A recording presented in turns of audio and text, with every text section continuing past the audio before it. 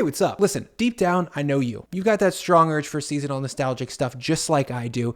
You're wearing sweaters, you're drinking pumpkin spice whatevers, and you're loving it. You're happier for it. Today, I want to lean into this feeling by making a batch of what I would consider are the best apple cider donuts I've ever had. I'm going to talk to why this is a special food and why I'm so stoked on it. So if that sounds like fun, stick around.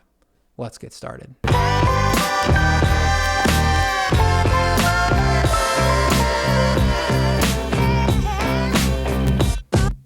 So when we're making cider donuts, we have two choices. We can go with a traditional cake style donut or a yeasted one. Lucky for you guys, I tried both, but I wasn't really impressed with the results of either one. So instead I opted for a hybrid method where we're using some baking soda and some yeast. But we're gonna get into all that right now. Let's jump right into the process. So to get these started, we're gonna heat a saute pan over medium-high heat, and into that we're gonna drop about 60 grams of butter. If the pan is good and hot here, it should foam and start to brown almost right away. Dark, toasty, and nutty brown butter is the second thing we're doing to up the level of game in these donuts. Plain butter here tastes great, but when we're talking about the leaves turning brown and bonfires and all that, brown butter seems to be the right fit. And after about 2 minutes over medium-high heat, the butter should be nice and dark.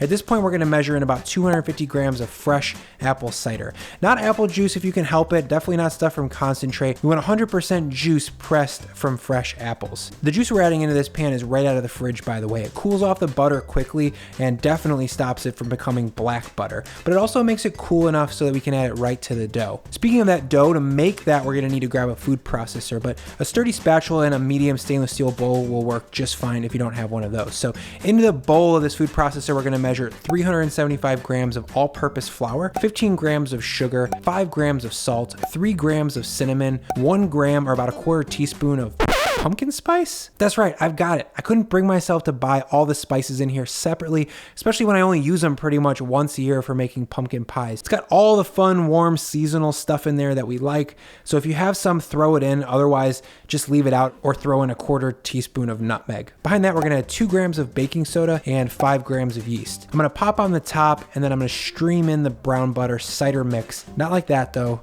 Gotta grab a container, ooh, that's not gonna work either. Gonna do this over the sink. Okay, that should work.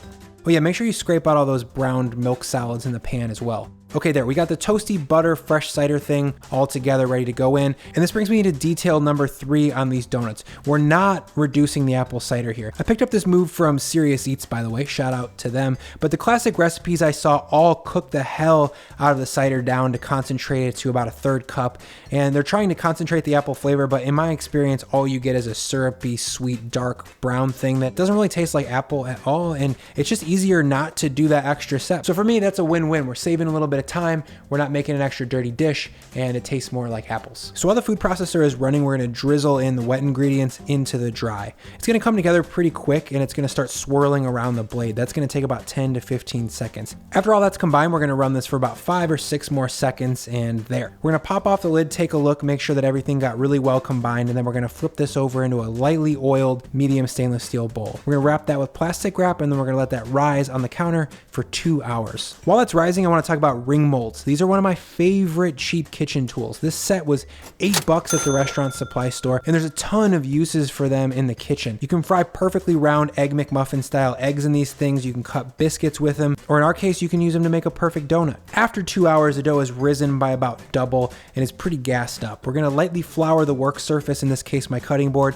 and then the dough, and then we're gonna flip it out and hit everything with a little bit more flour on top. At this point, we're gonna do our best to kind of push and form this thing into a rough rectangle. I'm just using my fingers to pat this thing down and press it into that shape without degassing it too much. There we go. Now at this point, we're gonna grab a rolling pin, and with light pressure, we're gonna roll this thing out a bit. Whenever I'm rolling stuff like this out, whether it's donuts or biscuits, I like to rotate it 90 degrees and then roll it a little bit more. All we're trying to do here is create a sheet of dough that's about 8 inches by 12 inches total and about a 1/2 inch tall. I'm gonna grab my tape measure just to make sure. These are looking pretty good. So I'm gonna grab my largest ring mold and just outline to make sure I can get 6 donuts out of this sheet. And from there, I'm just gonna start punching them out. And that's just a matter of pressing it into the dough.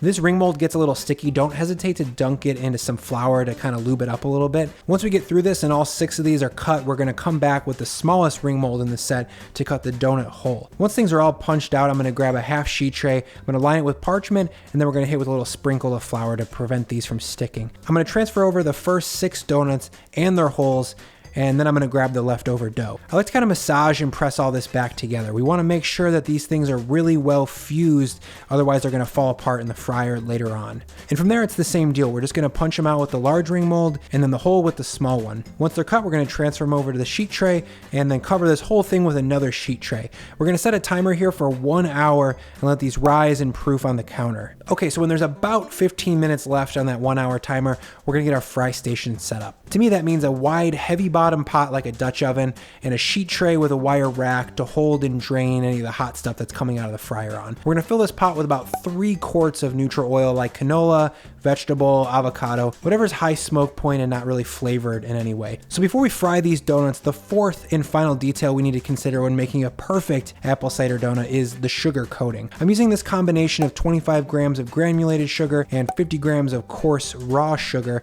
The combo here is gonna give us better stickage on the donut, more coverage, and overall a more interesting flavor and texture. To that, we're gonna add 5 grams of cinnamon, and finally, the most important part, 5 grams of salt. And I'll be honest, this is a decent amount of salt. And in the final donut, it's super dope. So after that 1 hour proof on the donuts, they're looking good. They're plump, they're a bit more gassed up, and when we poke them with our finger, the indent kind of stays there for a second and then slowly pops back out. One last time before we fry these donuts, I'm gonna check the oil real quick. The temperature we're looking for is 350 Fahrenheit. Once that oil's heated and ready to rip, we're gonna carefully lay in the donuts. I think you guys should probably start with only doing 2 at a time, just to make sure that your oil is in the right spot and just to get a feel for how to cook these donuts. Altogether, this is about a 3.5 to 4 minute fry time. That's about 90 seconds per side. You're gonna wanna set a timer at first just to get the hang of this. 90 seconds goes by pretty fast, but at the halfway point here, we're gonna flip these donuts over and fry them for about another 90 to 120 seconds. When they're looking real plump and all golden brown on the sides, we're gonna grab the scooper,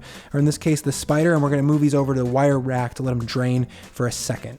And then I'm gonna drop my next 2. While those next 2 donuts are frying and while the first 2 donuts are still very hot, we're gonna move them over into the sugar salt coating we made just a second ago. Make sure to toss these on both sides and then use your fingers to kind of come back and shovel more on there. Like I said, you gotta do these while they're super hot so that that sugar melts just a little bit and actually sticks to the outside of the donut. Once they're really well coated, we're gonna shake them off and then move them back to the wire rack. At this point, the next 2 donuts look great. They're ready to come out and get coated with the sugar salt thing.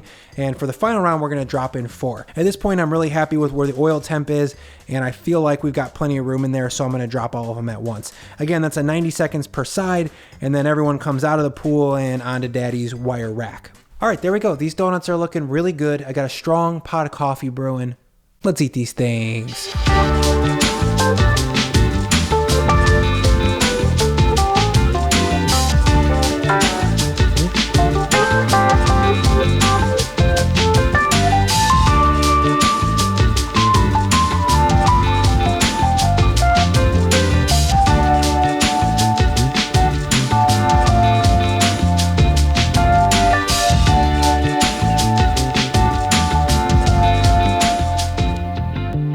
All right, so for me, that donut pays tribute to and builds on the apple cider donut of my youth. It's pretty much perfect in every way. It's crispy, it's salty, it's yeasty, delicious. But now I've got a question, which is, do you guys prefer the cider donut or the apple fritter? I thought I used to know the answer to that question, but 2020 has proven to be quite a confusing year. Now I don't know. I like them both. I want them both. Let me know in the comments down below what you think. I'm really interested to see that debate take shape. As always, guys, thank you so much for your time and attention. Thank you for sticking around, and we'll see you next time.